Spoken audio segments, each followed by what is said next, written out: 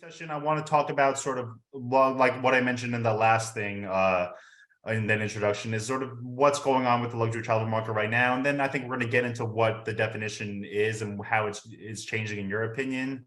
But I'm curious because it's something we've heard about a number of times, probably at the latter 2021 into 2022 and even today. There was this thought that there was this pandemic boom for travel. There's other things going on now. We're hearing about economic worries. We're hearing about downturns of the economy. I'm just curious on your end, has that post-pandemic rune run out for travelers at all? Or are your clients still sort of laser focused on getting on the road? Yeah, we are seeing no slowdown right now. We had pretty heavily researched the, post-pandemic pent-up demand build up. There's lots of metrics about that, and that carried through. We just really haven't seen a slowdown. All the numbers continue to climb. So if you look at, the TSA numbers, that sort of thing. But most importantly, just look at, how many customers are coming through the door. We don't really see that slowing down. And, to your second part, kind of talking about the economic downturn and, whether or not that's on our customers' radar. That's something where, we feel personally in the luxury market, we have less exposure to that. And really what we found is that the more stress that is accumulated in the world, especially with our wealthy customers, the more likely they are to need a vacation. So we've actually found quite a bit of insulation from those concerns, but then some other folks that still have some pent-up demand. And frankly, the rush to travel that's pushed prices up, whether it's your guest last week, I think, was talking about the ADR in Los Cabos being significantly higher than it had been in the past. That's supporting some of those luxury positions and gets everybody's pricing thoughts up. So I actually think it's still a benefit. I don't see a slowdown right now. Everything inside me says that it has to slow down at some point, and I'm sure that it will, but we just haven't seen those markers yet. Yeah, that seems to be what we're hearing from suppliers too. It's interesting that they hear the words about how travel just seems to be incredibly valuable to consumers, whether they're luxury travelers or whether they're mid-market travelers. It seems to be the thing they want to spend their money on now, especially. I mean, COVID was a significant time in world history, so I think we're going to keep seeing those effects of COVID. Whether I know it's 3 years, but it's still, I think, in the back of people's minds.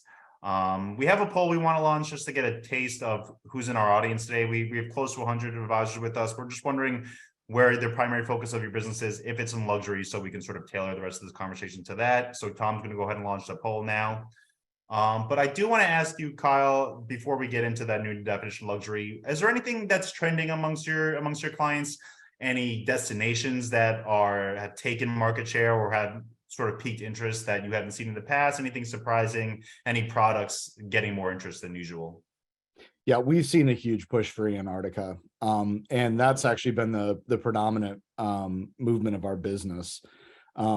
But it's kind of interesting too, because it's not just necessarily about the destination, but doing those once in a lifetime trips. We're actually rebranding our agency to kind of go down delivering once in a lifetime opportunities, because what we found is that it takes away some of the requirements. So for example, if before, to book a big cruise, you would kind of need to have an interest in cruising, but with Antarctica, it's the only way to get there. So we're finding that about 60% of our folks have never been on a cruise of any kind before.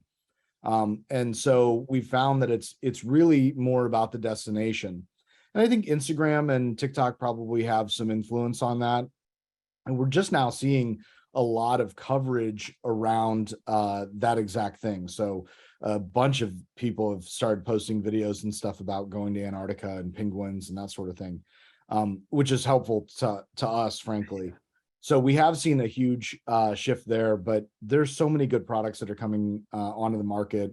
I think more generally speaking, ALG and AMR becoming part of Hyatt introduces them to a new market. IHG picked up a ton of hotels that are in the all-inclusive space. And so travelers that aren't necessarily, all-inclusive type folks are getting introduced to those things. So I think that's really interesting too.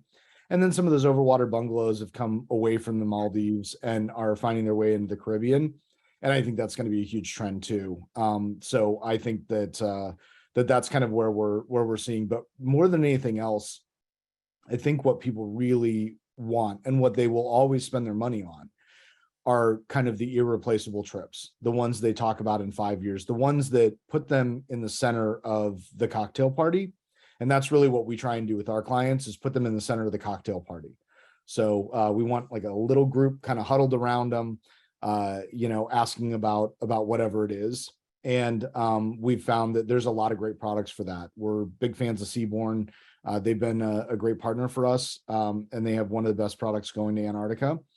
And it really delivers for us, kind of a seamless luxury experience. But Explora looks really interesting, and I think they're launching in July this year, so that could be compelling as well. I think everybody's really excited about the epic new cruise ship that just came out. So there's tons of great advancements, but I think too we're seeing a ton of focus and development at the top end of the market.